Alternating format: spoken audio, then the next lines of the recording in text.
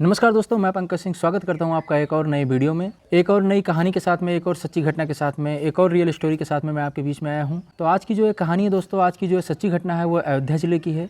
बहुत ही दर्दनाक कहानी है जिसे सुनने के बाद आप सोचने पर मजबूर हो जाएंगे कि इंसान के दिमाग में कभी भी कुछ भी आ सकता है और कभी भी कुछ भी हो सकता है। वीडियो शुरू करने से पहले दोस्तों आप सभी को होली की ढेर सारी शुभकामनाएं, हार्दिक शुभकामनाएं। पूरे देश में त्यौहार धूमधाम से मनाया गया, खुशियों का माहौल था। देश के कोने कोने से न्यूज़ में देखा जा सकता है, सभी लोग खुशी से इस त्यौहार को मनाए। कुछ जगह ऐसा भी था दोस्तों जहां पे ये खुशियां मातम में बदल गईं। दिल्ली के एक इलाके से एक घटना हुई है दोस्तों, आप लोग शायद न्यूज़ में देखे होंगे। कोई सागर कॉलोनी है, वहाँ पे एक घटना हुई है जहाँ पे 3-4 बदमाश आते हैं और एक लड़के को चाकू से मार देते हैं। वो भी मेन मार्केट में, वहाँ पे आसपास में करीब सैकड़ों की संख्या में लोग मौजूद होते हैं, लेकिन वहाँ कोई उसके बचाव में नहीं आता है। दोस्तों अगर ये लोग चाहते तो उस लड़की की जान बच सकती थी। ज़्यादा से ज़्यादा 20 लोग इकट्ठे हो जाते और 4 लोगों को, चाहे डंडा चाहे कुछ भी होता, उनको पकड़ लेते जाके। 2-2 3-3 4-4 लोग एक लड़के को पकड़ लेते तो शायद वो कुछ नुकसान भी नहीं कर पाता और उस बच्चे की जान भी बच जाती और ऐसी गलती करने वालों को उनकी सज़ा भी मिलती। लेकिन इत्तेफाक से ऐसा नहीं हुआ। मैं आप लोग से ये भी निवेदन करता हूँ कि अगर आपके सामने ऐसी कोई घटना हो तो वहाँ पे एकता दिखाएं, वहाँ पे एकजुट होकर के ऐसी घटना होने से रोकें। तो चलिए इस वीडियो को शुरू करते हैं दोस्तों। आज की इस वीडियो में आपका स्वागत करता हूँ। तो ये कहानी शुरू होती है दोस्तों अयोध्या ज़िले से। यहाँ पे एक प्रदीप नाम का लड़का और एक शिवानी नाम की लड़की रहा करती थी, जो कि अयोध्या शहर में ही अलग अलग जगह से थे। इनकी कहानी यहाँ से शुरू होती है दोस्तों कि एक शादी पार्टी थी, उसमें ये दोनों लोग गए होते हैं और वहाँ पे इन दोनों की मुलाकात होती है। तो जिस शादी समारोह में, जिस पार्टी में लोग गए हुए थे दोस्तों, वहाँ पे जब प्रदीप शिवानी को देखता है तो ये काफ़ी पसंद करने लगता है और इसके मन में ये चीज़ होती है एक दूसरे का नंबर ले लें और आगे चल के हम दोनों की बातचीत हो। तो उस शादी पार्टी में प्रदीप जो है अपने किसी रिलेटिव से बात करता है और इन दोनों का नंबर एक दूसरे के पास में आ जाता है। उसके बाद में बातचीत शुरू होती है। करीब 1 साल इन दोनों के बीच में बातचीत चलती है दोस्तों। दोनों को आपस में प्यार हो जाता है और बहुत सोचने समझने के बाद में दोनों एक होने का फैसला करते हैं। उसके बाद में दोनों परिवार जो है आपस में बात करते हैं। फिर एक तारीख जो है वो फिक्स की जाती है कि इन दोनों की शादी करा दी जाए। बताया जाता है दोस्तों कि ये लोग दूर के रिलेशन में भी थे। आपस में एक दूसरे को जानने समझने के बाद में इनकी शादी फिक्स होती है। 7 मार्च 2025 को इनकी शादी फिक्स होती है। दोनों तरफ शादी की तैयारियां शुरू होती हैं, खुशियों का माहौल होता है और फाइनली वो तारीख भी आती है। 7 मार्च शुक्रवार का दिन होता है। प्रदीप के यहाँ सारी तैयारियाँ हो चुकी थीं, बारात जाने की तैयारी हो रही थी, सारे रिश्तेदार का जमावड़ा लगता है। उसके बाद में बारात निकलने की तैयारी होती है। प्रदीप सज धज के दूल्हे के रूप में तैयार होता है। उसके बाद में बारात जाती है और उस शिवानी के घर पहुंचती है। प्रदीप इस शादी से बहुत खुश था, उधर शिवानी भी इस शादी से बहुत खुश थी और दोनों की रात में रस्मों रिवाज से शादी होती है। स्टेज पे जयमाला से पहले दोस्तों प्रदीप जो है डांस भी करता है अपने दोस्तों के साथ में। उसे उसकी खुशी का कोई ठिकाना नहीं था कि जिससे वो बात करता था, जिससे वो चाहता था, आज उसकी ज़िंदगी में वो हमेशा हमेशा के लिए आ रही है। हिंदू धर्म के रीति रिवाज से जो भी रस्में थी वो सब पूरी होती हैं। रात में सारा प्रोग्राम चलता है, शादी होती है। सुबह करीब 11 बजे बारात घर वापस आती है प्रदीप के यहाँ। लड़की पक्ष से भी जो जितनी क्षमता थी अपने दामाद को, अपने लड़की को देने के लिए जो भी उनकी क्षमता थी वो सारी चीज़ें देते हैं। जो भी आमतौर पे देखा जाता है कि टीवी, फ्रिज, कूलर ये सब दिया जाता है, तो वो सारी चीज़ें शिवानी को भी, प्रदीप को भी मिलता है। सभी लोग खुश थे। आगे के प्रोग्राम की तैयारी हो रही थी क्योंकि जिस दिन बारात वापस आई दोस्तों वो तारीख थी 8 और 9 तारीख को इनके यहाँ था रिसेप्शन। सारा प्रोग्राम जो है वो घर में आगे बढ़ता है। तो जिस दिन बारात घर पे वापस आती है उस दिन भी कुछ ना कुछ पूजा होता है, पूजा पाठ होता है, कुछ रस्में होती हैं जो निभाना पड़ता है, जो करना पड़ता है। तो ये सारी चीज़ चल रही थी। दोनों शिवानी और प्रदीप बहुत ही खुश थे क्योंकि 1 साल की मोहब्बत थी, 1 साल से लोग बात भी कर रहे थे और फाइनली वो टाइम आ गया था इन लोगों का एक होने का। शादी हो गई थी, एक दूसरे के हो गए थे ये जीवन साथी के रूप में। एक दूसरे को अपना अपना काम बताया जाता है कि आपको ये करना है, आपको ये करना है। सभी लोग उस रिसेप्शन की तैयारी में होते हैं। प्रदीप जो है वो दूल्हा होता है तो इसलिए वो काफ़ी थका होता है, रात में जगा था। तो लोग ये भी सोचते हैं कि जो है इसको कोई जिम्मेदारी ना दी जाए। हालांकि प्रदीप इंटरेस्ट दिखाते हुए अपने आप ही बोला था कि सुबह की जो है जब सब्जी की खरीदारी करनी होगी तो मैं भी साथ में चलूँगा। ये जो खुशियों का माहौल होता है दोस्तों, इसमें टाइम कब बीत जाता है कुछ पता नहीं चलता है। इस बीच जो है गाना बजाना भी चालू था और धीरे धीरे करके रात के 11 बजते हैं और सभी लोग को खाना पीना भी खाना होता है। तो सुबह इन लोगों को जल्दी जगना भी था, सब्जी मंडी जाना था, सब्जी उब्जी लाना था और अगले दिन रिसेप्शन था। इस प्रदीप के परिवार में दोस्तों एक गाय होती है, जिस गाय को सिर्फ प्रदीप लगाता है और वो किसी से लगती नहीं है। अब कहानी जो है दोस्तों यहाँ से शुरू होती है। गाना बजाना होते हुए दोस्तों रात में 11 बज जाते हैं। फाइनली सब लोग खाना पीना खाते हैं। उसके बाद में सभी लोग सोने के लिए अपने अपने बेडरूम में जाते हैं। करीब 12 बजे के आसपास में दोस्तों प्रदीप शिवानी के रूम में जाता है, यानी कि अपने बेडरूम में जाता है। शिवानी उस कमरे में पहले से मौजूद थी। प्रदीप की एंट्री होती है, अंदर से दरवाज़ा बंद होता है, दोनों की बातचीत चालू होती है। फिर सुबह होती है। बाहर में परिवार वाले उठ जाते हैं क्योंकि उस दिन रिसेप्शन था तो सबको जल्दी उठना था और अपना अपना काम भी करना था। तो करीब 6 बजते हैं दोस्तों, सब्जी मंडी जाना होता है। प्रदीप का भाई तैयार हो जाता है और क्योंकि प्रदीप अपने भाई से बोल बोल रखा था कि सब्जी मंडी मैं भी चलूँगा सब्जी लेने के लिए। उसके भाई को ऐसा लगता है कि प्रदीप को साथ में ले लिया जाए। अभी वो उठा नहीं है अपनी मर्ज़ी से और मैं चल रहा हूँ उसे जगाने के लिए, तो कहीं डिस्टर्ब ना हो। लेकिन फिर भी वो जाता है और रूम खटखटाता है करीब 6 बजे के आसपास में, लेकिन अंदर से कोई रिप्लाई नहीं आता है, कोई आवाज़ नहीं आती है। तो ये समझ जाता है कि लोग सो रहे होंगे, इनको डिस्टर्ब ना किया जाए। एक दो रिश्तेदार साथ में और भी होते हैं जो आपस में मजाक करते हैं कि अभी सोने दो, दोनों लोग रात में बातचीत किए होंगे तो इन लोगों को आपस में सोने दो और हम लोग चलते हैं सब्जी मंडी और सामान ले आते हैं। इसके बाद में ये लोग फाइनली तैयारी करते हैं और सब्जी मंडी पहुँच जाते हैं, वहाँ खरीदारी चालू कर देते हैं। सब्जी मंडी में प्रदीप का भाई पहुँच चुका होता है अपने रिश्तेदारों के साथ में, वहाँ खरीदारी चालू होती है और यहाँ पे करीब 7 बज जाता है। 7 बजे जो है टाइम हो जाता है उस गाय को लगाने के लिए, क्योंकि गाय तो सिर्फ प्रदीप से ही लगती थी और किसी से लगती नहीं थी।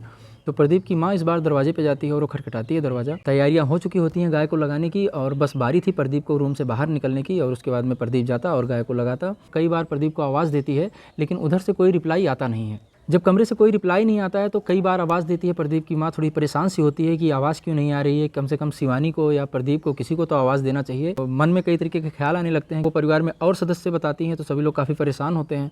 लोग आके बहुत तेज़ी से उस दरवाजे को पीटते हैं, खटखटाते हैं, बहुत सारे लोग इकट्ठा होते हैं, आवाज़ देते हैं, लेकिन उसके बावजूद भी उस कमरे से कोई रिप्लाई नहीं होता है। और सदस्य में जो जेंट्स लोग इकट्ठा होते हैं वो ये सोचते हैं कि अंदर से कोई रिप्लाई नहीं आ रहा है, खिड़की को भी पीटा जाता है लेकिन फिर भी कोई रिप्लाई नहीं आता है, तो ये डिसीजन लेते हैं कि इस दरवाजे को तोड़ दिया जाए।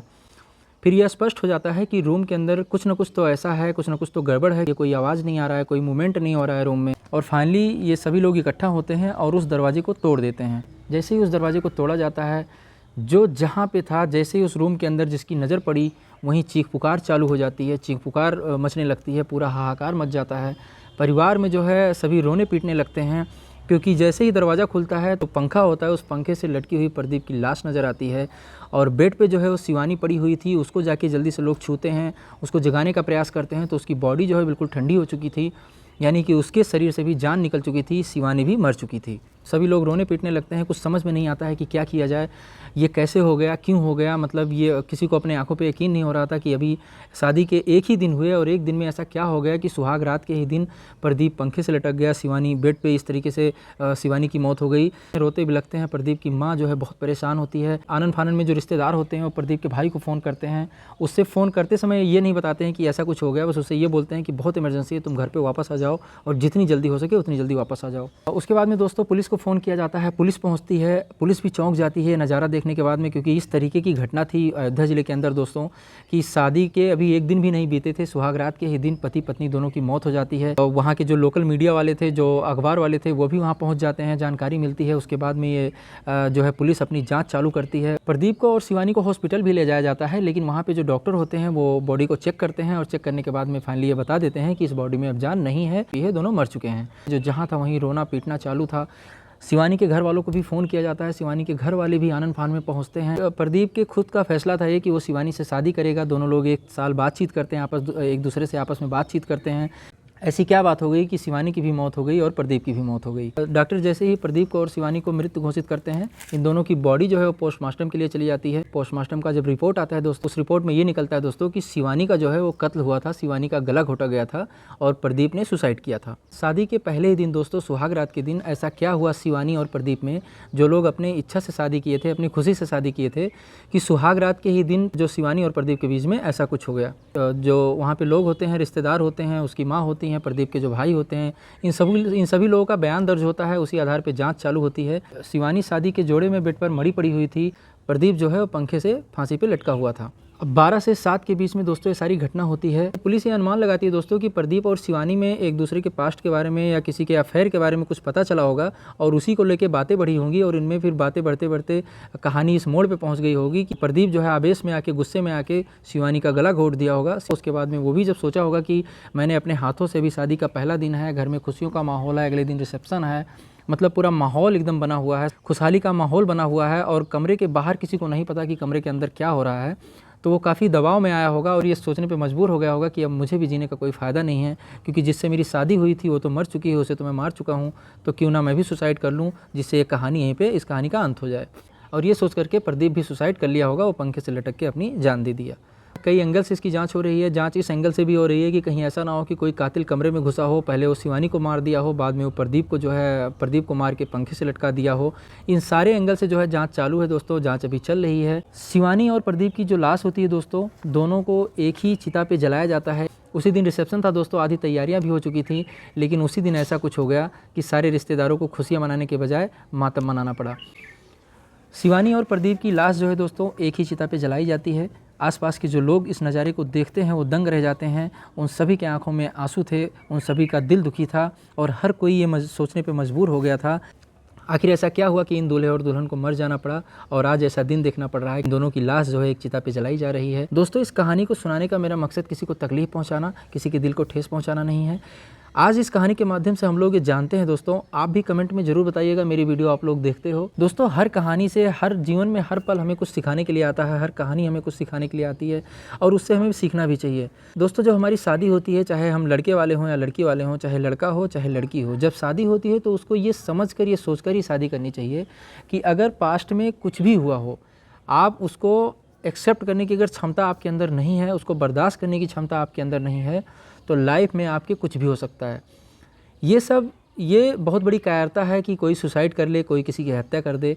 ज़िंदगी जीने के लिए बहुत सारे तरीके हैं दोस्तों, बहुत सारे रास्ते हैं। अगर हम लोग अपने अपने दिमाग से सोचें, शिवानी और प्रदीप के बीच में ऐसा कुछ हुआ तो उनके अलग रास्ते बन सकते थे और भी रास्ते हो सकते थे। ज़िंदगी वहीं ख़त्म नहीं हुई थी, वहाँ से तो ज़िंदगी की शुरुआत हुई थी और शुरुआत में कुछ बातें ऐसे अगर समझ में आती है, दोनों लोग आपस में डिसीजन ले लेते, अलग हो जाते या कुछ भी कर लेते। लेकिन ये माहौल उन लोगों को नहीं पैदा करना था, क्योंकि इससे समाज में तो जो बदनामी हुई दोनों परिवार की हुई ही, इन लोगों की जान भी चली गई। आज की जनरेशन में दोस्तों बहुत कुछ सुनने को मिल रहा है, बहुत सारी घटनाएँ देखने को मिल रही हैं जिससे आत्मा और रूह दोनों ही काँप जाती हैं। दिल दहल जाता है कि इस तरीके की भी घटना हो सकती हैं। उम्मीद करता हूं दोस्तों कि ये सच्ची घटना, सच्ची कहानी आपको पसंद आई होगी। वीडियो पसंद आई होगी दोस्तों तो वीडियो को आप लाइक कर दीजिएगा। चैनल पे आप सब नए होंगे तो सब्सक्राइब कर लीजिएगा। मैं आपके लिए ऐसे ही सच्ची घटना, सच्ची कहानी लेके आता रहूँगा। तो आज की इस वीडियो में बस इतना ही दोस्तों, मिलते हैं किसी नेक्स्ट वीडियो में किसी और सच्ची घटना के साथ में, किसी और सच्ची कहानी के साथ में। तब तक के लिए आप अपना ख्याल रखिए, अपनों का ख्याल रखिए। जय हिंद, जय भारत।